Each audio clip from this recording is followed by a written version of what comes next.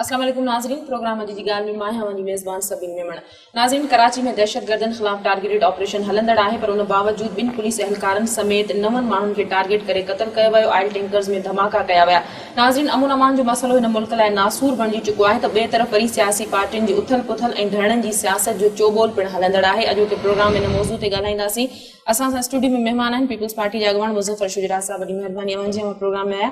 असांजी ॿियूं महिमान आहिनि मुस्लिम लीग फंक्शनल जो MP नुसरत सहर अब्बासी साहब, वॾी महिरबानी अवां जी। असांजा मेहमान आहिनि टियां पाकिस्तान तहरीक इंसाफ जा MP खुर्रम शेर ज़मान साहब, बहुत शुक्रिया आपका प्रोग्राम में आए।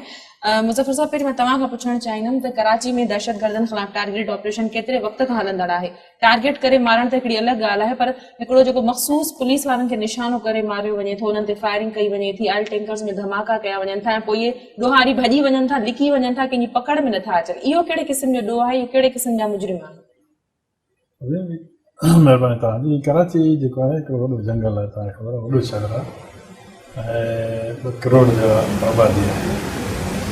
हिन में या त असांखे एतिरी नफ़री हुजे त गली गली में पुलिस वारो वेठा हुजे, गली गली में हर शइ मौजूदु हुजे, उहो त इहा कंट्रोल थी सघे थी। नंढी नंढी जेका थिए थी पए, पर नंढा नंढा वाक़िया त कोन्हनि न, रोज़ इन तरह जा हर ॿिए ॾींहुं इन तरह जा वाक़िया रिपोर्ट थियनि था। इहे वाक़िया थियनि था, इन करे जो इंट्रस्ट आहे सॼी दुनिया जो कराची में। असां कराची खे हमेशह टारगेटेड कयो वियो आहे।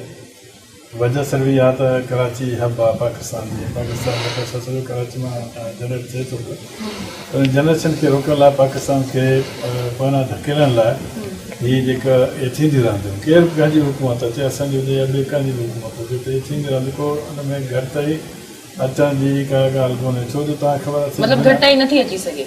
हाँ, असां त वधीक हथल मक़तूल कोशिशि कयूं पिया। पुलिस बि तमामु घणी कोशिशि करे पई। असां पुलिस खे तमामु घणो सामान वठी ॾिनो त इंटेलिजेंस जी काफ़ी हुननि खे ट्रेनिंग ॾिनी आहे ऐं वधीक ॾियारियूं बि कया ताकी इहे हिते कंट्रोल थी सघे। तव्हांखे ख़बर आहे त अॼु शायदि अचेव, मूंखे ख़बर आहे त केरु कराईंदा ऐं हुनजी रग किथे आहे। उन कोशिशि कयूं पिया। तव्हांखे ख़बर आहे असांजे मुल्क में सियासी माहौल बि अहिड़ो थी थो वञे, हुन खां पोइ थोरी थोरी ॻाल्हि ते हेॾियूं वॾियूं वॾियूं ॻाल्हियूं बि सियासत कनि था पिया। तव्हां त हुननि सभिनी ॻाल्हियुनि खे नज़रअंदाज़ करे बिल्कुलु प्योर ऑपरेशन कयो पिया न, हटी करे, पोइ बि कामयाबी न पई मिले। छो? मां ॿुधायां थो, सॼे दुनिया जा इंट्रस्ट आहे हिन में। पूरे न सिर्फ़ु पाकिस्तान में जेके पैसा वठनि था उन्हनि जो इंट्रस्ट आहे, बल्कि दुनिया भारत आहे, इज़राइल आहे, अमेरिका आहे, हिन जो बि ख़ुदि इंट्रस्ट इहो आहे पाकिस्तान में अनरेस्ट थिए।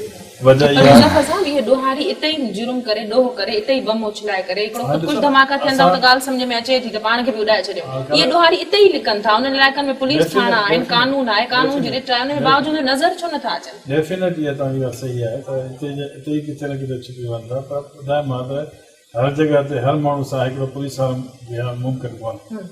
पुलिस बि वीचारी, पर जंहिं इलाइक़े में पुलिस आहे, हर इलाइक़े में थाणो आहे, नफ़री आहे, त उहा उन ते नज़र त रखी थी सघे त इलाइक़े में कहिड़ा मशकूक माण्हू आहिनि, कहिड़ियूं सरगर्मियूं पयूं थियनि। केतिरा बि माण्हू पकड़ा था थिए, कोर्ट में पेश कया था, कोर्ट में छॾे ॾिना, उहो अलॻि मसइलो आहे। तव्हांखे ख़बर आहे केतिरा ई क्रिमिनल कोर्ट छॾे छॾे। कोर्ट कॾहिं बि कंहिं ॾोहारी खे नथी छॾे सघे, जेकॾहिं उन खिलाफ़ सबूत आहिनि त कॾहिं बि उनखे कोर्ट त नथी छॾे। पहिरियां त असांजो कानून ई कोन हूंदो त पुलिस जी जेका शायदि गवाही आहे उहा क़ाबिल क़बूल न आहे। किथे बि वञो पुलिस जी गवाही जेका क़ाबिल क़बूल। हाणे असां थोरो ऑर्डिनेंस जेको पास कयो पुलिस खे कुझु प्रवास न थिए त गवाही जी क़ाबिल क़बूल थिए, ताकी कंहिं बि टेररिस्ट खे, कंहिं बि क्रिमिनल खे पकिड़े सघिजे। ऐं उन खां पोइ तव्हां ॾिठो पहिरियां खां काफ़ी हाणे बहितर सूरत आहे।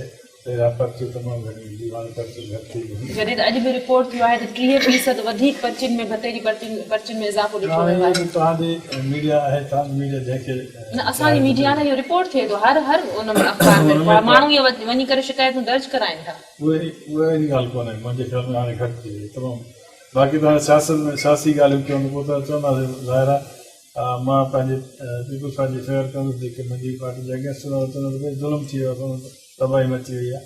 इहा ॻाल्हि आहे, पर हक़ीक़त इहा आहे त पाकिस्तान ज़ुल्म त अवाम सां थिए पियो न। मुज़फ़र साहिब, नुसरत साहिब, तव्हां हिन ते छा चवंदव? छा कराची ऑपरेशन में हिन वक़्त ताईं उहे नतीजा साम्हूं अची सघिया आहिनि? छो त सिंध सरकार जो इहो मौक़िफ़ आहे त कंहिं हद ताईं असां कामयाबी माणे चुका आहियूं, पर सूरत हाल इहा आहे त दहशतगर्द जॾहिं चाहिनि, जंहिंखे चाहिनि उनखे टारगेट करे मारे वठनि था ऐं पोइ पकड़ में बि नथा अचनि। मसरूफ़ शाहराम ते जेको आहे सो फायरिंग कई वञे थी, ज़ख़्मी कयो वञे थो माण्हुनि खे, पर किथे बि का जेका कानून जी रिट नज़र नथी अचे। इन में पुलिस वारनि खे बि टारगेट करे मारियो वञे थो। Thank U Sabin. मुंहिंजा सीनियर आहिनि, मां इज़त कंदी आहियां, मूंसां पोइ असेंबली में इकट्ठा हुया, पर मां अदा जी जस्टिफिकेशन जेका बि ॾिनऊं उन सां बिल्कुलु सेटिस्फाइड आहियां। हाउ पॉसिबल 6 साल आहे ऐं इहा जस्टिफिकेशन, छा आवाम मुतमइन थींदी? ॾिसो, तव्हां वटि पॉलिसी कोन्हे, तव्हां अरबे खरबे फंड था रखो, ठीकु आहे। हाणे रिसेंटली 6 अरब रिलीज कया अथऊं पुलिस जे लाइ। सिर्फ़ पुलिस थोड़ी लॉ एंड ऑर्डर जी सिचुएशन में आहे, हिन महिल त रेंजर्स बि लॻी पई आहे, हिन महिल न्यू लॉ एनफोर्समेंट एजेंसीज़ बि कमु पियूं कनि। ॻाल्हि इहा आहे त विल ई कान्हे, विल हूंदी आहे, इहा काई जस्टिफिकेशन कोन्हे त कराची जेको आहे उहो सॼी बिल्कुलु आहे। इन जो मतिलबु आहे त तव्हां कन्फेस कयो था न, एतराफ़ था कयो त कराची वाकई हब आहे ऐं इते तमामु दुनिया जी जेके बि कुवतूं आहिनि इते, त पोइ ओड़ी पॉलिसी छो न आहे? 4 साल तव्हां वटां उहा प्लैनिंग छो न आहे, उहा स्ट्रेटजी छो न आहे? जॾहिं एॾा फंड था रखो, जॾहिं तव्हां चओ था त असां अरबे खरबे फंड बि रिलीज था कयूं, असां वेल इक्विप था कयूं पुलिस खे, रेंजर्स खे बि तव्हां हिते ॾेई छॾियो आहे। घणे सालनि खां रेंजर असांजी सिंध में ऑक्यूपाई कई वेठी आहे। तव्हां चओ था पुलिस नथी, तव्हां पुलिस खे ओतिरो मोराल उन जो वधीक कयो ई न आहे, न तव्हां उनखे वेल इक्विप कयो आहे त तव्हां उन खां फ्रूटफुल नताइज वठी सघो आहे। पर रेंजर्स बि हिते मौजूदु आहे, उन जे बावजूदि जेकॾहिं तव्हां वटि उहो रिज़ल्ट नथो, इट मीन्स त इहा गवर्नमेंट जी नाअहली आहे, गवर्नमेंट जी नाअहली आहे। वॾी नाअहली इहा आहे त काउंसल आहे सभिनि, त we are searching the home minister, there is no any home minister. जेको होम मिनिस्टर कोन्हे त पोइ असां केॾे निहारियूं?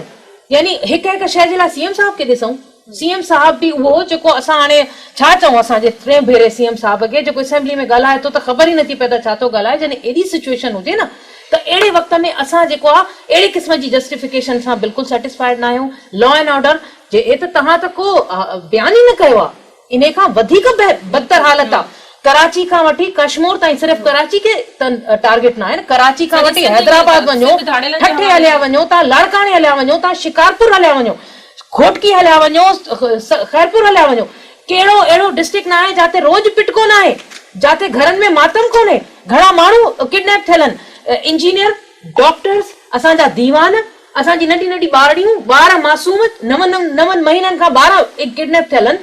किथे आहे गवर्नमेंट? रिट किथे आहे? छा पिया कयो? मतिलबु हिकिड़ी शइ त तव्हां असेंबली में बीह जेकॾहिं असांखे चओ त तव्हां कूड़ा, तव्हां अख़बारुनि ते पढ़ी था कयो, त तव्हां सच ॿुधायो, सच त काथे बि नथो नज़र अचे। सॼी सिंध में जेकॾहिं तव्हां ॾिसो, हर तरफ़ प्रोटेस्ट आहे, हर तरफ़ एहतजाज आहे। असां चऊं त ठीकु आहे, चऊं त हलो नओं तव्हांखे गवर्नमेंट मिली आहे, जॾहिं शुरू में हिननि खे मिली त असां हिननि ते एतिरो बार न विझंदासीं। ठीकु आहे, पीपल्स पार्टी खे पहिरीं दफ़ा जमहूरी तौर ते एॾो मैंडेट मिलियो आहे बेनज़ीर भुट्टो साहिबा जी, ॾुख में आहिनि, हिननि खे टाइम ॾिनोसीं, 5 साल पूरा ॾिनोसीं, 6 साल अञा तव्हां चओ था त कयूं था, बसि घणो थी वियो, सिंध जी आवाम घणो भोॻियो। हाणे जेकॾहिं तव्हां सीरियस न थियो न, हाणे बि त पोइ तव्हां ॾिसंदव त अॻिते जेको हिन महिल जंहिं तरीक़े सां प्रोटेस्ट अचे थो न, इन खां वधीक थींदो, ऐं पोइ सिंध जी आवाम तव्हांखे बिल्कुलु बि माफ़ न कंदी। ऐं जंहिं तरीक़े सां तव्हां शहादतूं ॾिठियूं आहिनि, उन्हनि खे बि तव्हां लोड़े छॾींदव, उन्हनि जी तव्हां कातिलनि खे हिन महिल ताईं गिरफ़्तार न करे छॾियो, उहो त तव्हां खून लोड़ियो, पर अॻिते बि तव्हांखे इन जे लाइ ॿुधणो पवंदो। इन करे सीरियस थी वञो, गुड गवर्नेंस काइम कयो, सिंध जी आवाम जी कुझु न कुझु तव्हांखे हमदर्दी वठणी पवंदी, उहो तॾहिं थींदी जॾहिं तव्हां उन्हनि खे रिलीफ ॾेई सघंदव। परम साहब, आप क्या कहेंगे? दहशतगर्दों के खिलाफ लैंड फोर्सेस को फ्री हैंड दिया गया, लेकिन सूरत हाल ये नजर आ रही है कि जैसे दहशतगर्दों को फुल फ्री हैंड दिया गया है, सिंध के दूसरे अजला में जो डाकू राज है उनको फ्री हैंड दिया गया। जब जिस वक्त चाहे बच्चों को स्कूल जाते हुए उठा लेते हैं, लोगों को अगवा कर लेते हैं, औरतों को अगवा किया जा रहा है। पूरी सिंध में अमन अमान की सूरत हाल बहुत ज्यादा खराब है। लेकिन बात करेंगे इस वक्त कराची के अमन अमान के हवाले से, ऑपरेशन टारगेट ऑपरेशन कितने वक्त से जारी है, लेकिन उसका तीसरा मरहला जो कि कहा जा रहा है कि बहुत मुश्किल होगा, नतीजा खेज होगा, आप समझ रहे हैं कि वाकई हम नतीजे की तरफ जा रहे हैं? देखें सबीन, सबसे पहले मैं आपसे कहूँगा कि जब तक मफादात और मुफाहमत की पॉलिसी चलती रहेगी, उस वक्त तक सूबे सिंध के अंदर लाशें गिरती रहेंगी। ये सूबे सिंध के रहने वाले लोग तैयार रहें, जब तक ये सिलसिला रहेगा, जब तक इसी तरह जो हलाकतें होती रहेंगी। देखिए, बहन ने जिस तरह से अर्ज़ किया कि 6 साल हो गए हैं, कोई 6 महीने की कहानी नहीं है, कोई 6 हफ्तों की कहानी नहीं है, आज 6 साल हो गए, 6 साल से आप बेहतरी नहीं लेकर आ सक रहे हैं। दूसरी बात ये कि देखेंगे, कभी भी कोई टीम अगर परफॉर्म अच्छा नहीं करती है तो उसके कैप्टन को चेंज किया जाता है। कोई बेहतर परफॉर्मेंस करने वाले शख्स को लेकर आया जाता है। सीएम साहब हैं जो कैप्टनसी कर रहे हैं, जो होम मिनिस्ट्री जिन्होंने संभाली हुई है, उनके ऊपर वैसे ही बहुत बड़ा बर्डन है। तो आप क्या समझते हैं कि क्या इस वक्त वो इतना बड़ा बर्डन ले सकते हैं कि पूरे सूबे के हालात को संभालें? रही बात कराची की, देखें कराची का जो सिलसिला बहुत डिफरेंट है। कराची के अंदर जो जंग है वो सारी रिट की है। हर पॉलिटिकल पार्टी चाहती है कि मेरा इलाका हो, मेरा हलका हो, मेरे यूनिट हो, मेरे सेक्टर हो, मेरे झंडे लगें, मैं वहां से भत्ता लूं, कोई दूसरा वहां पे जाए ना।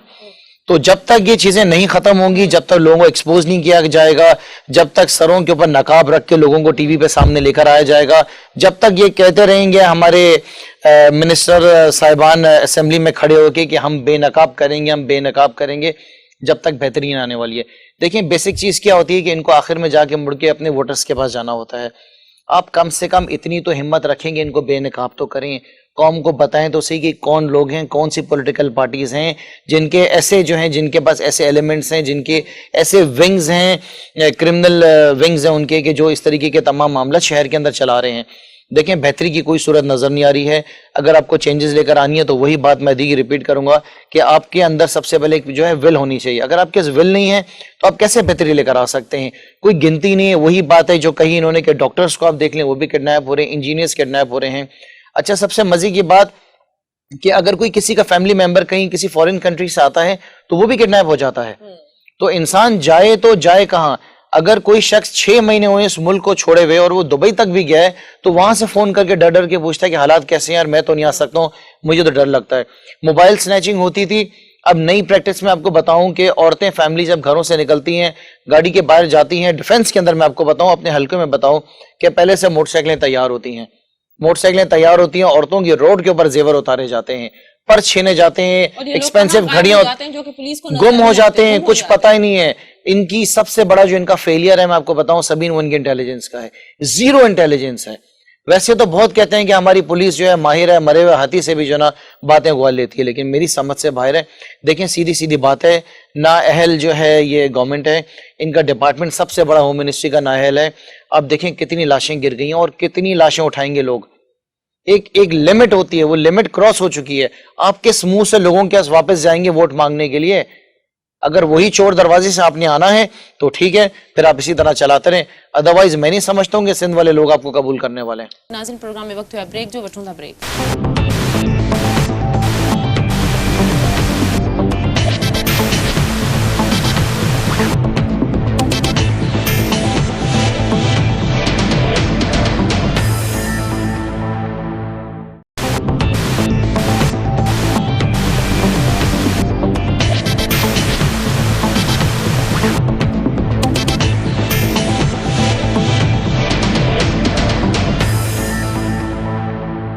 वेलकम बैक नाज़रीन। मुज़फ़्फ़र साहब, पीपल्स पार्टी बार बार मुत्तहिदा की हुकूमत में शमूलियत जी दावत ॾींदी रही। नेठ इत्तेहादी पार्टी सां तव्हां जेका मुफ़ाहिमत कई, इन मुफ़ाहिमत खे अमुन जी ज़मानत भी सम्झो पियो वियो, उन जे बावजूदि अमुन त नथो नज़र अचे किथे बि।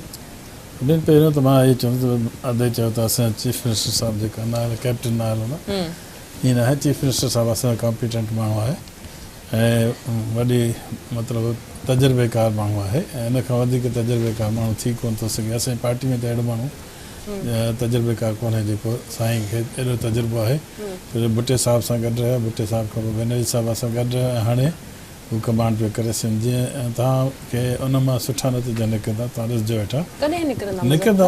ॿुधायां थो त हीअ त हिकिड़ी वॾी गेम आहे न, उनखे कवर अप करण लाइ टाइम खपे। टाइम इंशाअल्लाह ताला केतिरो टाइम खपे? अवाम त चए थो त आख़िर इन जो अंत कॾहिं। हिकिड़ी ॻाल्हि त ॿुधो न, पर केरु माण्हू केरु चाहींदो त पंहिंजी हुकूमत जी बदनामी थिए? सभु माण्हू अची हिते असां त चवंदा आहियूं हिक ॿिए खे भई तव्हां ख़राबु असां सुठा, पर केरु माण्हू मिसाल तुंहिंजो घरु आहे, तूं पंहिंजे घर खे चवंदो तुंहिंजो घरु ख़राबु हुजे? कोन चवंदे। घर में हर को कोशिशि कंदो आहे घर सुठे नमूने सां हले ताकी घर में अमन ऐं शांती रहे। इन करे असांजी हुकूमत कोशिशि करे पई। मामला तमामु घणा आहिनि। हिकु त मामलो वॾो जेको मामलो आहे, हर को माण्हू चवंदो आहे भई तव्हां ईअं छो था ॻाल्हायो, त पाकिस्तान जेको आहे एटॉमिक अलाह जी महिरबानी सां पावर आहे ऐं सॼी दुनिया जूं नज़रूं असांजे मुल्क ते आहिनि ऐं सॼी मुल्क जा जेके बि क्रिमिनल माण्हू हिते अचनि था ऐं उहो पंहिंजे तरीक़े सां का न का क्राइम कनि था पिया। उनखे मुंहुं ॾियण लाइ तमामु घणी सोच सम्झ सां हलणो पए थो ऐं असांजी हुकूमत सोच सम्झ सां हले पई। इंशाअल्लाह ताला तव्हां ॾिसजो हिन ॿिनि टिनि महीननि में हालत बहितर थी वेंदी। रहियो साल असांजो मुफ़ाहिमत सां अमन जो कहिड़ो तालुक आहे, मूंखे थोरो इहो ॿुधायो न। जेकॾहिं मुफ़ाहिमत बि थी आहे, हिनखे चयो पियो आवाम जी बहितरी लाइ कई वई आहे मुफ़ाहिमत इत्तेहादी पार्टी सां, तव्हां बार बार मुतहिदा खे हुकूमत में शमूलियत जी दावत ॾींदा रहिया, बार बार पैगामात मोकिलींदा रहिया, इन सां फ़ाइदो कहिड़ो थींदो ऐं कहिड़ो फ़ाइदो थियो आहे? असां त चाहींदा आहियूं त पंहिंजे सॼी सूबे सिंध में अमन रहे, बरक़रार रहे। असां न सिर्फ़ु मुतहिदा पर अदी वारनि जी पार्टी खे बि चयोसीं त असां सां गॾु थी हलो। कुझु तव्हांखे पहिरियां ख़बरूं बि आयूं त भई पीर पगारी साहिब जे ऐं पीपल्स पार्टी जे पाण में ठाह थी विया, जंहिंमें काफ़ी नाराज़गियूं बि हिक ॿिए में थी वियूं हिन जी पार्टी में। उहा पंहिंजे हिन जी पार्टी जो मसइलो असांजे उहा ॻाल्हि आहे, पर असां हुन सां राब्ते में हुयासीं त भई अचो गॾिजी करे सिंध में जेको आहे अमन अमान जी सूरत हाल ते कंट्रोल कयूं। अमन अमान जी जेके तव्हांजूं तजवीज़ूं आहिनि उन ते कोशिशि करे हलूं ताकी अमन अमान जी सूरत हाल बरक़रार रहे। असां इन करे MQM खे बि पाण सां गॾु वरितोसीं त भई अचो जेकी बि ख़ामियूं आहिनि। उनजे बावजूद इत्तेहादी तव्हां ख़ुशि त उन्हनि खे एतिराज़ात उन्हनि खे बि ॾिसो जेकॾहिं उहे ख़ुशि न हुजनि त पोइ असां हुजणु न खपे न उनखे। जेकॾहिं ख़ुशि न आहिनि त असां हुजणु न खपे, ख़ुशि आहिनि तॾहिं असां गॾु आहिनि न।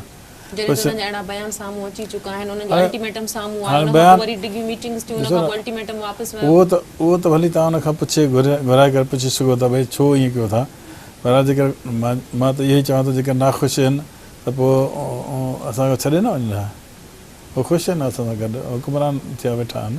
असां इहो ई चाहियूं था, असां इहो चाहियूं मिनथू चओ तव्हां ठीकु आहे मिनथू, पर असां मिनथ जो मसइलो इहो न आहे त असां हुनखे मिनथू करे असां हुनखे पेरनि ते किरी को उहो था कयूं। असां चवंदा आहियूं अचो गॾिजी करे इहे जेको अमन अमान जी सूरत हाल ख़राबु आहे इन खे कंट्रोल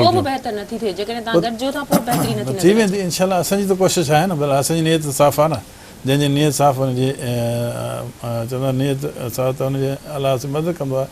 असांजी नियत साफ़ु आहे, असां नियत साफ़ु जे करे सभिनी खे चयो आहे, न सिर्फ़ु इमरान ख़ान जी पार्टी खे बि चवां भई सिंध में असां गॾिजी हलो, असां तव्हां सां गॾु आहियूं। तव्हां अचो।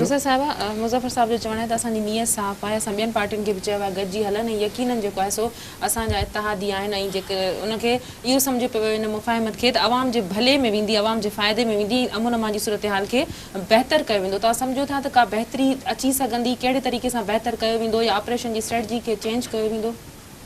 नियत साफ़ अदा जी हूंदी, इन में कोई शक कोन्हे। अदा जी नियत साफ़ हूंदी, पर गवर्नमेंट जी नियत साफ़ हुजे हा त हिन महिल असांखे सिंध में को सुख नज़र अचे हा, को तब्दीली नज़र अचे हा, को तरक़ी नज़र अचे हा। ॿी ॻाल्हि अदा जो त CM साहब कॉम्पिटेंट आहिनि, उन्हनि जी कॉम्पिटेंसी ते त असांखे कोई शक आहे कोन, कॉम्पिटेंट हुन बिल्कुलु आहिनि। पर जेकॾहिं तव्हां ग्राउंड रियलिटीज़ खे ॾिसो न, असां त उन खे था ॾिसूं त भई 3rd टाइम चीफ मिनिस्टर आहिनि, फर्स्ट एक्सपीरियंस, सेकेंड टाइम उन पोइ एक्सपीरियंस खे ॾिसंदे वधीक स्ट्रेटजी, वधीक सुठे कमु करण जी जुस्तजू ऐं नज़र बि अचिणो खपे। 3rd टाइम उन्हनि तमामु शयुनि खे कवर करे वरी इम्प्लीमेंटेशन जो हिते तव्हांखे का अहिड़ी शइ नज़र अचे थी, जबकि पोयां 5 साल अदा खे बि तव्हांखे बि असां सभु हिते ॿुधंदासीं त देयर आर 5 CMs, हिकिड़ो CM कोन्हे, 5 CM आहिनि जेके सिंध जी हुकूमत। इहो छा आहे? इहो को असां तव्हां को कहाणियूं त नथा ॿुधायूं न, इहे फैक्ट्स आहिनि जेके हलंदा रहनि था, मुख़्तलिफ़ हवालनि सां स्टेटमेंट्स अचनि था, उन्हनि खे असां कोट था कयूं। त जेकॾहिं तव्हां ऑन द ग्राउंड वञो न, सिर्फ़ु कराची में बि ॾिसो, असां हमेशह रड़ियूं कंदा रहियासीं सभिनि त फॉर गॉड सेक पुलिस खे पॉलिटिसाइज़ न कयो, पुलिस मां सियासत कढो, पुलिस खे फ्री हैंड कयो। हिते मुसीबत ई आहे, वेझो ई तव्हां हिन जो IG जो स्टेटमेंट ॿुधो आहे, छा चयो अथई, SHOs अगरि ख़तम कर दिए जाए तो अमनो अमान। इट मीन्स उन इदारे जो IG थो चवे त सभिनीनि खां वधीक जेका करप्शन करे थो ऐं लॉ एंड ऑर्डर खे ख़राब करण वारो SHO आहे। हिकिड़ो SHO पंहिंजे इलाइक़े खे ख़बर आहे त मुंहिंजे इलाइक़े में कहिड़ो क्राइम थिए थो, कहिड़े क़िस्म जा क्रिमिनल्स रहनि था, सभु ही नोज़। उन जे बावजूदि उते थिए थो छो जो अदा खे बि ख़बर आहे। असां सभु हाणे त मूंखे 6 साल आहे एज़ अ MP, मूंखे ख़बर आहे त कोई बि MP, असां त रिज़र्व सीट्स वारा आहियूं न, असांजी केतिरी कोन हलंदी आहे, को असांजो पुलिस वारा बि एतिरी अहमियत कोन ॾींदा आहिनि असांजी कॉल खे, पर जनरल सीट वारो कॉल कंदो त उनखे उहो फौरी तौर ते रिस्पॉन्स मिलंदो त उहो चाहींदो त मुंहिंजे तक में मुंहिंजो SHO लॻे, मुंहिंजे तक में मुंहिंजो DC लॻे, मुंहिंजे तक में MS मुंहिंजो लॻे, ताकी मुंहिंजो होल्ड रहे, मां उते जेके क़िस्म जा फ़ैसिला कयां, जेके जिरगा कयां, जंहिं क़िस्म जी बि मां उते चाहियां पॉलिसी उहो कयां। ऐं थिए थो जॾहिं अहिड़ी सूरत हाल हूंदी सिंध में सभिनि, त पोइ I am not targeting U अदा, मां त तव्हांजी तारीफ़ कई त त पर तव्हां त बहरहाल पंहिंजी पार्टी खे डिफेंड पिया कयो, पर तव्हां डिफेंड कयो, तव्हांजी इहो तव्हांजो राइट आहे, पर सच बि ॻाल्हायो था, जेको हक़ीक़तूं आहिनि उन खे बि आवाम ताईं अचणो खपे। सो जेकॾहिं तव्हां ऑन द होल जर्नलाइज़ कयो पूरे लॉ एंड ऑर्डर सिचुएशन खे, त पीपल्स पार्टी जी गवर्नमेंट जेकॾहिं सही तरीक़े सां डिलीवर करे हा अवाम खे, उन अवाम खे जंहिं बेनज़ीर भुट्टो साहिबा जी शहादत जो वोट ॾिनो, त यकीन कयो सभिनि त वफ़ाक़ खां इहा पार्टी शिकस्त खाईंदी खाईंदी खाईंदी अची सूबे ताईं महदूद न रही आहे। ऐं हाणे जेके हिननि जी वरी असां सम्झोसीं 6 साल में हिननि खे कुझु सम्झ में अची वेंदो, पर हाणे ताज़ो ई जेको असां पोस्ट बजट ते बहस कयो आहे, मुंहिंजा ख़ुदाया अहिड़ी फिगर्स, एॾो अर्बन जो फंड जेको तव्हां रिलीज़ बि कयो, ख़र्च बि थी वियो, ग्राउंड ते वञो त भाई हुते कुझु बि न आहे। इट मीन्स त एॾी करप्शन आहे, यानी आवाम जेका आहे ग़रीब तर थींदी थी वञे, ऐं जेका असांजा हुक्मरान आहिनि अमीर तर थींदा था वञनि। हाणे जेकॾहिं हिननि जा एसेट्स खोलाया वञनि, इहा बि तहरीक अचे असेंबली में, त तमामु सियासतदाननि जा असां खोलरायो, केरु केतिरो टैक्स पे थो करे, केरु अॻु में केतिरो हुयो, हाणे हुनजी पोज़ीशन छा आहे, पोइ सिंध जी आवाम खे हिक हिक जो तस्वीर ॾेखारे, उन जा इहे सभु ॾेखारे, पोइ ख़बर पवंदी त छा सिंध में हले पियो। पूनम साहब, आप क्या कहेंगे, सिंध असेंबली में हिज़्ब इख्तिलाफ की सबसे बड़ी पार्टी रहने वाली सबसे बड़ी पार्टी अब हुकूमत की इत्तेहादी हो गई, आप समझते हैं कि दोनों तरफ से ये कहा जा रहा था कि मुफाहमत की सियासत जब हम करेंगे तो उससे आवाम को फ़ायदा होगा, और पीपल्स पार्टी का खास करके ये कहना था कि मुत्तहदा कराची की स्टेक होल्डर पार्टी है, उनके मशवरे से ऑपरेशन में मजीद बेहतरियाँ आ सकती हैं, मुजरिमों की निशानदेही कर सकेंगे और अमन अमान की सूरत हाल कराची में बेहतर हो सकेगी, लेकिन ऐसा बाजार कुछ नज़र तो नहीं आ रहा। देखिए, अगर इस किस्म की कोई स्टेटमेंट थी तो सबसे ज़्यादा शोर मचाने वाली तो सब मुत्तहदा ही है। वही डेली असेंबली के अंदर खड़े होकर ये कह रही होती है कि ये मावरा अदालत जो जिस तरीके से इनके जो कारकुन हैं जिनको कत्ल किया जा रहा है, तो सबसे ज़्यादा शोर तो इनका ही मचाना है। और दूसरी चीज़ ये, अगर पीपल्स पार्टी का ये कहना है कि MQM का साथ लेने से शहर के हालात बेहतर हो जाएंगे, तो इसका तो मतलब ये है कि डायरेक्टली पाकिस्तान पीपल्स पार्टी MQM को ब्लेम कर रही है कि शहर के अंदर जितनी भी कत्लो गारत हो रही है उसके जिम्मेदार आप हैं। तो इस बात को सबसे पहले क्लियर कर लिया जाए कि आपने उनको ज्वाइन क्यों किया है। क्या शहर के हालात बेहतर करने के लिए आपने ज्वाइन किए? दैट मीन्स आप उनको ब्लेम कर रहे हैं।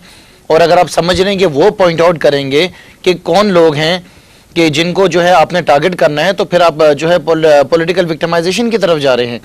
तो मैं समझता हूँ कि ये तरीकाकार नहीं है अगर मुल्क को चलाना है। अगर आपने बेहतर अपनी परफॉर्मेंस देनी है तो उसके लिए बेहतर इकदाम आपको उठाने पड़ेंगे, जिसमें सबसे मोस्ट इम्पॉर्टेंट चीज़ तो वो ये है कि सियासी जो ये जो इंटरफेरेंस है पुलिस के अंदर वो ख़त्म करनी चाहिए। देखें कि हमारा KPK के जो IG हैं उन्होंने ऑन मीडिया स्टेटमेंट दी है कि मेरी ज़िंदगी के अंदर ये सबसे ऐसा टाइम है KPK के अंदर कि कोई भी ऐसा MPA MNA कोई डिपार्टमेंट का शख्स जो है वो यहाँ पे फ़ोन करने की उसको इजाज़त नहीं है। यहाँ तक कि SHOs को ऐसे ऑर्डर्स हैं कि अगर आपको कोई भी डिपार्टमेंट का हेड या कोई भी मिनिस्टर कॉल करके किसी के फेवर में कहता है तो आप उसका नाम खुला मीडिया में भी आपने देना तो नाम लें। तो जब तक ये जो है सियासी इंटरफेरेंस ख़त्म नहीं होगी हमारी पुलिस बेहतर नहीं हो सकती। बहुत से केसेस ऐसे हैं मुजरिम पकड़े जाते हैं। रेंजर्स ने कितनी बार कहा है, एक दफ़ा कहा है, एक दफ़ा रेंजर्स ने कहा है कि हमने टारगेट किलर्स अरेस्ट किए हैं। थानों के अंदर जाते हैं, कुछ दिन के रिमांड की बातें होती हैं, उसका पता चलता है, उसके बाद वो बाहर निकल जाते हैं, ना पर्चा कटता ना कुछ होता है। तो देखें, अगर आपने बेहतरी की तरफ जाना है तो सबसे पहले अपनी विल पैदा करनी होगी, आपने सिंसियरिटी दिखानी होगी। रही बात भाई ने कहा कि CM साहब के बारे में, मैंने उनकी कोई काबिलियत के ऊपर कोई शक नहीं किया है, कोई दो राय नहीं है कि हमने कभी नहीं कहा कि वो करप्ट हैं। बिल्कुल नेक नियति के साथ अच्छा काम करने की कोशिश कर रहे हैं। हो नहीं पा रहा है उनसे काम, वो अलग बात है, लेकिन नीयत उनकी अच्छी है। कर नहीं पा रहे हैं वो एक डिफरेंट चैप्टर है। लेकिन मैंने ये कहा है कि देखें, उनके ऊपर वैसे ही बहुत ज़्यादा बोझ है, थोड़ा बोझ उनके ऊपर से कम कर दिया जाए तो मैं समझता हूँ कि शहर के अंदर कत्लो गारत के अंदर बहुत कमी आ जाएगी, जिसकी वजह से आपकी गवर्नमेंट को फ़ायदा होगा, आपकी एक इज्जत रह जाएगी। जो पार्टी कराची से जो है खैबर तक की कहा जाती थी, जो आके रह के सिर्फ महदूद होकर सिंध में रह गई है, अगर यही हालात रहे तो मैं समझता हूँ कि ये इस सूबे की भी नहीं रहेगी इन फ्यूचर के अंदर, और शायद अपोजिशन के अंदर आपको नज़र आएगी आने वाले इलेक्शंस के अंदर। मुज़फ़्फ़र साहब, विल नज़र नथी अचे, अगर करण चाहे जे कोशिश कजे तो नतीजा साम्हूं अची सघनि था। सिंध जे मुख़्तलिफ़ ज़िलनि में धाड़ेलनि जो राज लॻो पियो आहे, ॾींहुं ॾिठे जो माण्हू खजी था वञनि। वॾे वज़ीर जे ज़िले मां 25 खां वधीक माण्हू हिन वक़्तु धाड़ेलनि जे कब्ज़े में आहिनि, ऐं वॾे वज़ीर धाड़ेलनि ख़िलाफ़ ऑपरेशन जो ऐलान बि कयो, पर उन बावजूदि को बि ऑपरेशन न थी सघियो आहे, किथां बि को जेको आहे सो मुखबी बाज़ियाब न थी सघियो आहे। इन जो छा सबबु आहे? या तो मां ॿुधायां त जीअं भाउ खे इहो असांजी पार्टी में चवण त भई हाणे पंजाब खां हटी करे सब सरहद खां हटी करे सिंध में रहिजी वई आहे त उहा त सॼी दुनिया खे ख़बर गलत ना है यो सही सही चयोसीं न गलत न चयोसीं न अर्ज़ु ॿुधो मुंहिंजो त इहा त सॼी दुनिया खे ख़बर आहे त इलेक्शन्स पाकिस्तान में कीअं थींदियूं आहिनि ऐं कीअं सिलेक्शन थींदी आहे उन सिलेक्शन में असांखे हमेशह ऐं हाणे त असां एतिरा 40-42 MN आहिनि पर कंहिं ज़माने में तव्हांखे ख़बर हूंदी त असांखे सिर्फ़ु 17 MN ॾिना हुआ ज़बरदस्ती त हीअ इलेक्शन अदा लाइव प्रोग्राम में था चओ त इहो मतिलबु इन जो मतिलबु आहे पोयां 5 साल जेका गवर्नमेंट ठही उहो तव्हांजी कीअं ठही अवाम वोट न ॾिनो असांखे अवाम वोट ॾींदी तव्हां चयो न हाणे त असांखे हमेशह मैनिपुलेट कई वई ही गवर्नमेंट इन मतिलबु आहे पोयां 5 साल पोइ तव्हांखे इहा गवर्नमेंट कंहिं ॾिनी अवाम जो वोट सां न आई तव्हां पाण चयो था तव्हां पाण चयो मां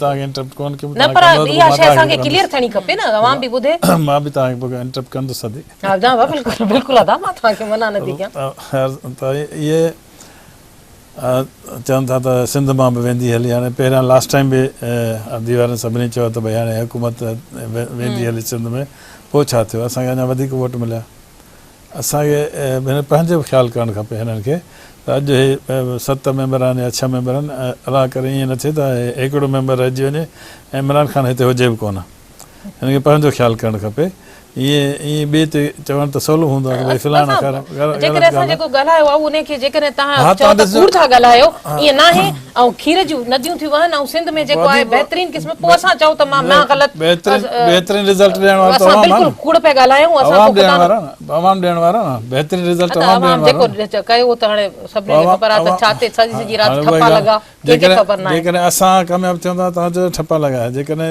असांखे हटायो वियो आहे त तव्हां चओ था न पाण हटिजी वई आहे डबल पॉलिसी न क्यों हिकड़ी पॉलिसी असां कने था चऊं ये तो तहां अग में स्टेटमेंट ॾिनो मां चवां थो न मुज़फ़र साहब त पाकिस्तान में इलेक्शन कीअं थींदा न सभिनी खां उहो त मां चवां त ही मनन कोन था न उहा ॻाल्हि हिते त तव्हां था कराई न हिते त तव्हां कराई जिनी बि हाणे तव्हां पे कराई जेकॾहिं असां कराई त असां ते इल्ज़ाम आहे जेकॾहिं असां कंहिं कराई त उहो ठीकु थी वियो हाणे थोरो जस्टिफिकेशन हुजे हर ॻाल्हि में ऐं जस्टिफिकेशन इहा आहे त पाकिस्तान पीपल्स पार्टी अवाम जी पार्टी रहंदी ही जेके लाहा चाढ़ा पाकिस्तान पीपल्स पार्टी ते ईंदा रहंदा आहिनि ऐं ही नई ॻाल्हि कोन्हे 71 खां वठी असां हिननि जो मुक़ाबिलो कयो आहे असां क़ुर्बानी ॾिनी मुज़फ़र साहब लाहा चाढ़ा पीपल्स पार्टी ते हिन वक़्तु कोन था नज़र अचनि अवाम ते लाहा चाढ़ा अवाम ते लाहा चाढ़ा वीचार अवाम असां सां ख़ुशि आहे हाणे बि ठहियो 5 सालनि खां पोइ वरी ॾिसजो मुज़फ़र साहब अवाम रोए थो रोडनि ते न बिजली आहे न पाणी आहे न अमन अमान न तालीम आहे रोज़गार न रोटी है न कपड़ा है न मकान है अवाम खे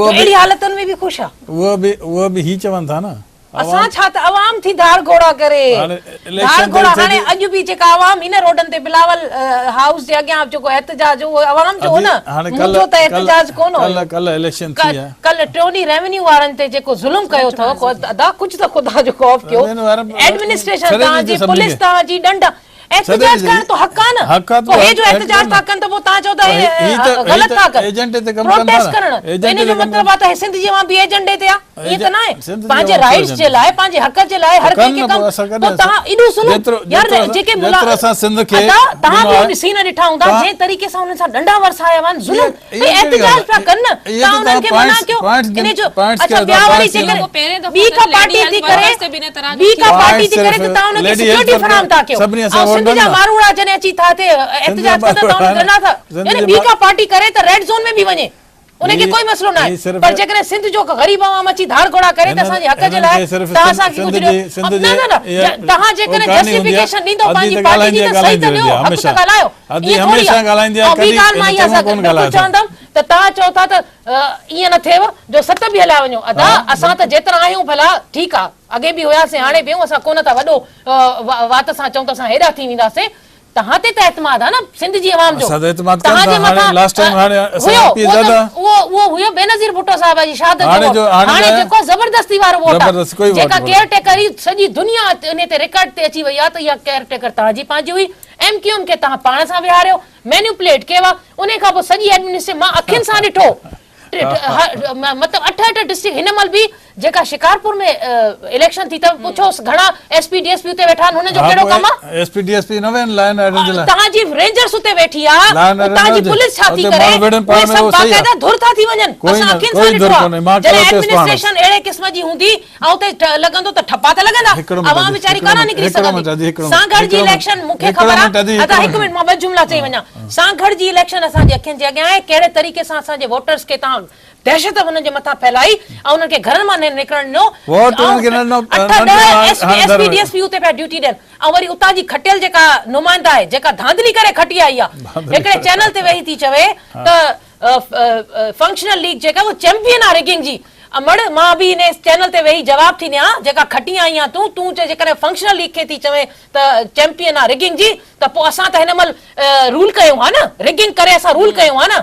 तव्हां त रिगिंग करे रूल कयो आहे, इन करे वॾे वागे चैनल्स ते वेही अहिड़े क़िस्म जा स्टेटमेंट था ॾियो। त बहरहाल हाणे अवाम हिन शइ खे सम्झे थी। एंड में सिर्फ़ु इहो चवणो आहे त असांखे तव्हां सां को ज़ाती दुश्मनी कोन्हे, न मूंखे न मुंहिंजी लीडरशिप खे।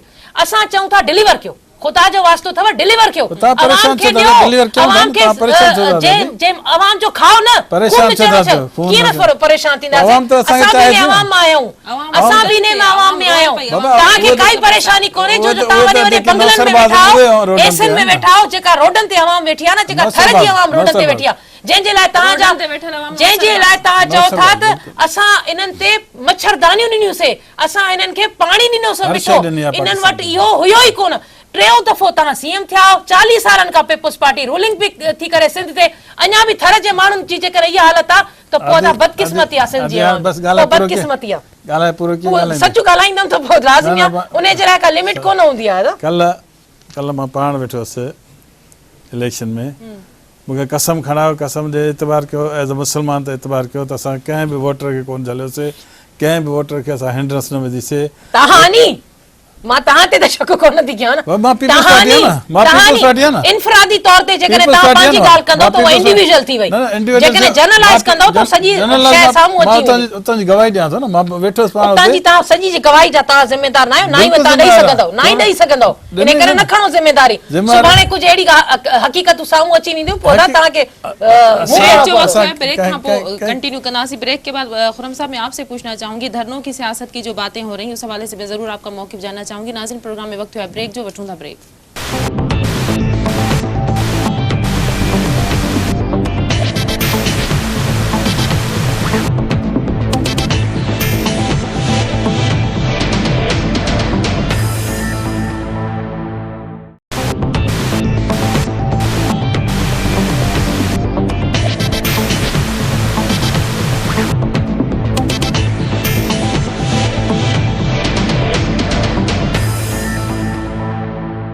वेलकम बैक नाज़रीन। खुरम साहब, 11 मई के हवाले से धरनों की सियासत की जो बातें हो रही हैं, इस हवाले से आप क्या कहेंगे? देखिए, 11 मई को जो हमारा इरादा है वो एक पुरअमन एहतजाज का है, और जो कि इस्लामाबाद में जो हमारे चेयरमैन होंगे उसको ख़ुद लीड करेंगे, और कराची के अंदर भी हम कर रहे हैं। देखिए, हमारे साथ जुल्म हुआ है, ऐसा जुल्म हुआ है कि उसके अल्फाज हम आपसे बयान नहीं कर सकते हैं।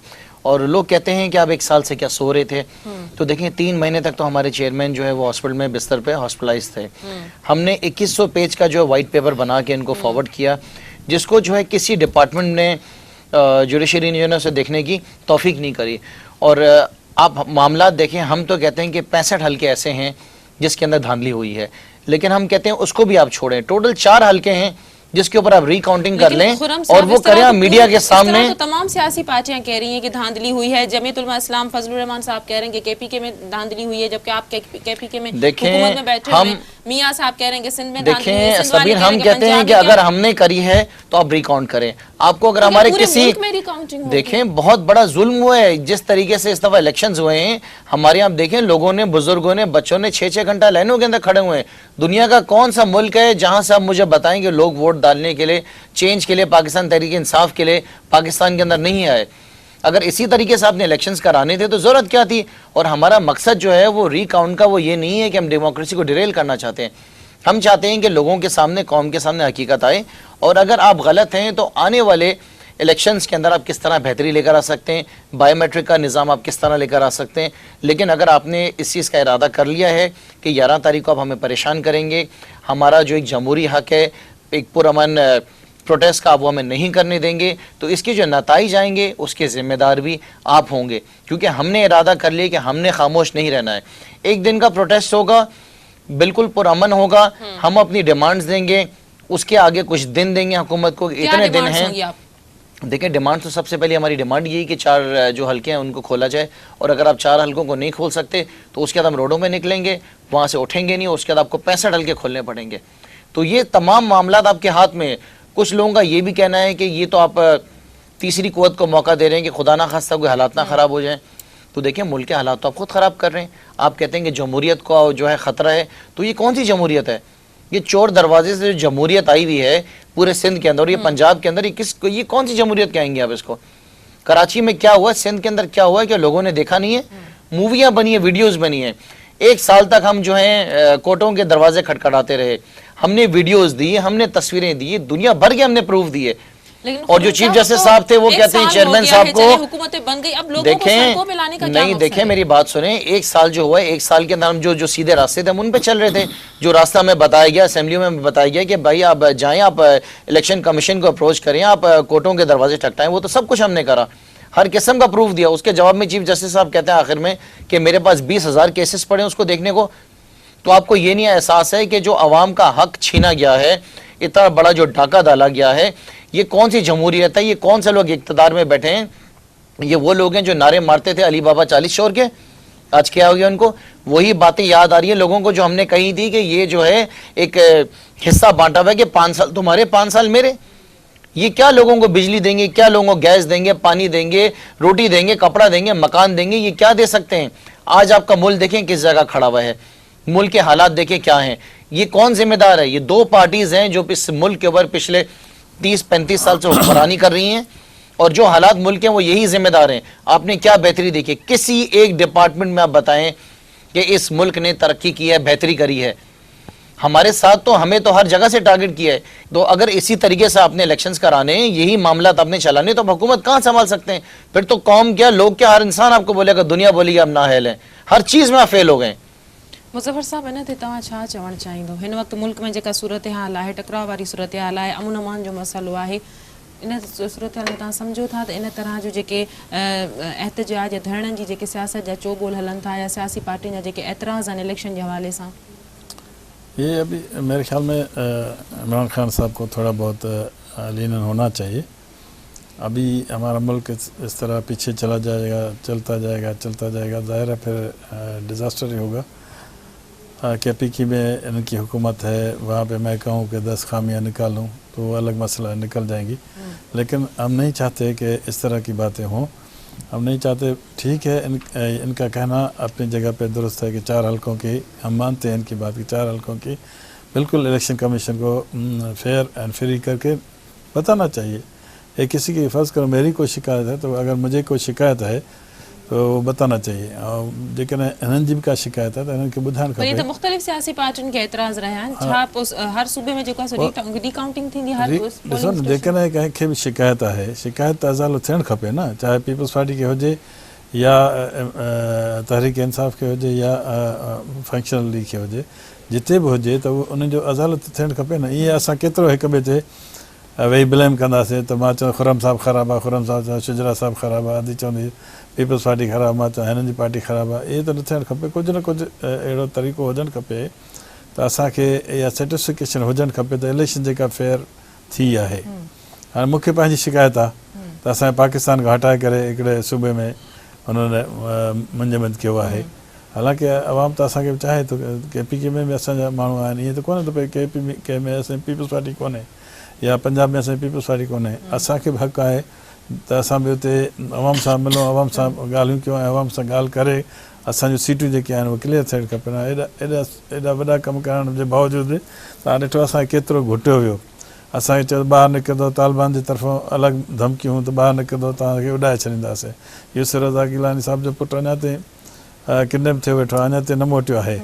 त त इहे ॻाल्हियूं अहिड़ियूं आहिनि जेके न थियणु खपनि। हाणे पाकिस्तान में ईअं थियणु न खपे ऐं पाकिस्तान में हिकिड़ो सिधो रस्तो सिधी सिमत हुजणु खपे। इहा सिधी सिमत असां त हिकिड़ी कोशिशि कईसीं, असां पाण ते सही करे गारियूं सही, रोज़ आसिफ अली ज़रदारी साहिब ते एॾी तनक़ीद थींदी हद खां वधीक त भई आसिफ ज़रदारी साहिब हीअं थियो हीअं थियो हीअं थियो, पर उन शख़्स हिकिड़ो त कमु कयो त 5 साल जहिड़ी बि हुयो जेॾी बि तकलीफ़ में असां कईसीं, असां 5 साल पूरा कटियासीं ऐं असां हिकिड़ी जमहूरियत खे रस्तो ॾेखारियो आहे। हाणे त जमहूरियत खे वधणु खपे ऐं जेकॾहिं हीअ कनि था पिया धरणो त हिकिड़े ॾींहं लाइ भली कनि, जेका कनि था पुरमन कनि। असां सिंध में हिनखे कुझु कोन चवंदासीं, सिंध में चवंदा भली धरनो कनि, पर इन धरने सां देखिए ना, लेकिन अगर इसी तरीके से जमहूरियत को आगे हमने बढ़ाना है और इसी तरीके से जमहूरियत का झंडा गाड़ना है तो ये तो जमहूरियत की तौहीन है ना। इस जमहूरियत को हमने क्या करना है? हमारे दिल दुखे हुए हैं, हमारी मेहनतें हैं, हमारी कोशिशें हैं इस कौम का, इस अवाम के वक्त हम किसी हालत में देखें, मैं आपको इस बात की गारंटी देता हूँ कि खुदा ना खास्ता अगर जमहूरियत को कोई किसी किस्म का भी खदशा हुआ तो पाकिस्तान तहरीके इंसाफ सबसे आगे खड़ी होगी। चेयरमैन ने साफ अल्फाज में कहा है, बोला हम किसी हालत में डिलेल नहीं करेंगे। हम आपसे सिर्फ गुजारिश कर रहे हैं आप 4 हलकों की रिकाउंटिंग कर लें, चाहे उसका जो रिजल्ट आता है हमारा अगेंस्ट आता मीडिया के सामने करें, ऑन कैमरा होगा, पूरी कौम देखेगी। हम तो डिलेल करते नहीं, डिलेल करने तो आप जा रहे हैं, आप खुद साथ दे रहे हैं। आप तो ऐसा लग रहा है कि आपकी पूरी कोशिश है जमहूरियत को डिरेल करने की। आपकी लीडरशिप ने जब चेयरमैन साहब की तबीयत दरियाफ्त करने के लिए हॉस्पिटल में फोन किया तो उनसे खान साहब ने पूछा कि ये क्या सिलसिला हुआ, ये क्या इलेक्शंस हो रहे हैं, तो उनको आपके लीडरशिप ने बताया कि तो आरोज का इलेक्शन, आप क्यों खान साहब परेशान हो रहे हैं? बोला कोई फायदा नहीं है, बोला डिसाइडेड था। तव्हां छा चवण चाहींदो इन सॼी सूरत हाल ते? तव्हां सम्झो था त ईंदड़ चूंड अमल खे असांखे शफ़ाफ़ बनाइण लाइ वधीक क़दम खणण जी ज़रूरत आहे, या जेका हिन वक़्तु रिकाउंटिंग जी ॻाल्हि हले थी त रिकाउंटिंग सिर्फ़ु 4 जेको आहे सो नतीजनि जो मसइलो कोन्हे, इहे त हर सियासी पार्टी खे एतिराज़ हुआ। मुख़्तलिफ़ सूबा हिक ॿिए ते इल्ज़ाम लॻाईंदा रहिया त फलाणे सूबे में जेको आहे सो धांधली थी आहे, हुन सूबे में हुनजी हुकूमत धांधली सां आई आहे। बिल्कुल सभीन धांधली तो थी। असां धाड़ घोड़ा सिंध में नथा क्यों छा त सिंध में हेडी वडी धांधली थी शाम जो ॾिसो ना, वॾी ॻाल्हि त इहा त शाम जो रिज़ल्ट छा आहे, हज़ारनि जी तादाद में असांजो कैंडिडेट कटे थो, रातो की रात में नतीजो बदलजी वियो, सुबुह जो जेको आहे अच्छा उन महिल बि रिज़ल्ट नथा ॾिना वञनि, राति गुज़री थी वञे उन खां पोइ था रिज़ल्ट। त बहरहाल धांधली त थी आहे, पोइ हाणे पंजाब में पंहिंजे हिसाब सां थी आहे, ख़ैबर पख्तूनख्वा में हुजे या सिंध में हुजे या बलोचिस्तान में हुजे। मुसीबत इहा आहे त वीचारो कैंडिडेट वञे काॾे, कैंडिडेट खे जेका भरणो थो पए फी वोट, उहो उनजे लाइ त ज़ुल्म आहे न। हर कंहिंखे त दिलि में आहे, हर उहो बंदो जेको सम्झे थो त मां जेन्युइन हुयुमि, मुंहिंजा एतिरा वोट हुया, मूंसां ज़ुल्म थी वियो, उहो वीचारो ओतिरे पेमेंट करे नथो सघे जेका हिकिड़ी मुसीबत हुनजे मथां आहे त एतिरा पैसा भरींदे, त इन करे इलाही वीचारा कैंडिडेट चुप करे वेही रहिया, उन्हनि खे ख़बर आहे त असां न करे सघंदासीं। सो बहरहाल धांधली थी आहे, प्रोटेस्ट करणु हर कंहिंजो हक़ आहे, हर पार्टी जो हक़ आहे। पीपल्स पार्टी पंहिंजे वक़्त में वॾा वॾा प्रोटेस्ट कया आहिनि, काथे काथे वञी धरणा हया अथऊं। हिननि जो वक़्तु आहे, हे चाहिनि था त असां प्रोटेस्ट कयूं ऐं असांखे इहो राइट असांखे मिलणो खपे, त हिन जो हक़ आहे। सो करणु ॾियणो खपे। गवर्नमेंट हे बि चवनि था त असांखे कोई एतिराज़ न आहे, त भल हे जमहूरियत इहा ई त चवां थी त प्रोटेस्ट करणु त जमहूरियत जो हुस्न आहे, पर मुसीबत इहा आहे त असांखे हिते ज़ुल्म आहे त हिते को सिंधी निकिरे न, उहो प्रोटेस्ट न करे, पंहिंजो ई वोटर, हिननि जो ई वोटर, उहो जेकॾहिं निकिरी अची प्रोटेस्ट करे न, त हिन जमहूरियत वारे दौर में जेके मां ज़ुल्म ॾिठो आहे न, वाटर कैनन मशीनूं घुरायूं पीपल्स पार्टी वारनि शायदि इन करे हूंदी त सिंधी जेको निकिरंदो न, हे त अबो जिन खे ॻाल्हाइण जो त हक़ ई न आहे। औरतों के ऊपर, औरतों के ऊपर हे प्रोटेस्ट छो था कैनन औरतों के ऊपर चलाए, चुप करे वेहो ऐं ॻोठनि में वियो, हिते कराची जहिड़े शहर में अची प्रोटेस्ट न कयो, न त डंडा खाईंदा ऐं बेइज़तियूं थींदियूं तव्हां जूं, जीअं कल्ह टियों ॾींहुं थियो। इन खां पोइ औरतुनि जी जेका बेइज़ती थी लेडी हेल्थ वर्करनि जी, हिननि जे दौरे हुकूमत में मां उन प्रोटेस्ट में वेठी हुयमि, उन खां पोइ कपिड़ा हुनजा लिहो लिहो थी विया। केरु थो हुकुम ॾे, कहिड़ी एडमिनिस्ट्रेशन? वॾे वागे चवंदा असेंबली में असां गयूर पुट, वॾा गैरतमंद पुट आहियूं। काथे आहे गैरत? इहा गैरत आहे जो न्याणियुनि खे जॾहिं लिथड़ियूं था पारायो रोडनि ते, अरे भाई प्रोटेस्ट थियूं कनि न पंहिंजे हक़ लाइ, छो न था उन्हनि जी ॻाल्हि मञो? तव्हांखे वोट ॾेई आंदो आहे न इक़्तिदार में, पंहिंजे हक़ लाइ वेठा, पर जॾहिं उन्हनि खां पुछो वञे असांखे त ख़बर न आहे, पोइ मुंहिंजे ख़्याल में मथी खां टी कुवत आहे जेका हुकुम थी रहे वञो बाबा अहिड़ो हशर कयो। सो इन करे इहे केस था तव्हां आयो अदा बस कयो जेकर इने बहस ते भी सभीन इने ते भी हिकिड़ो प्रोग्राम कजो जेका ख़बर पइजी वेंदी त केर तालिबान कंहिंजो हामी आहे केरा हिते हिननि तालिबान खे त मूं ॾियो असां हुननि तालिबान खे त पोइ मूं ॾींदासीं हिते मुसीबत ये तालिबान जे सिंध वासी जे सिंधी धरतीअ में बाबा 250 माण्हू किडनैप हुजनि कंहिंखे ख़बर न आहे तव्हांजो वास्तो ई कोन्हे सिंध सां पार्टी जा एमएनए ऐं एमपीएस आहिनि न उन्हनि खे ख़बर न आहे वास्तो ई कोन्हे तव्हांजो वास्तो आहे त ख़बर आहे असां मूंखे ख़बर आहे तव्हांजो केतिरो वास्तो असां वारिस आहियूं सिंध जा वारिस हा बिल्कुलु ख़बर आहे तव्हां वारिस आहियो वारिस हुजो आहे त वारिसी कयो आहे सिंध से वारिसी कयो आहे धिक्का न ॾियो आहे ऐं औरतुनि जे लाइ ॻुधा लफ़्ज़ न ॻाल्हायो औरतुनि जे लाइ सिंध जी नियाणियुनि जे लाइ ॻुधा लफ़्ज़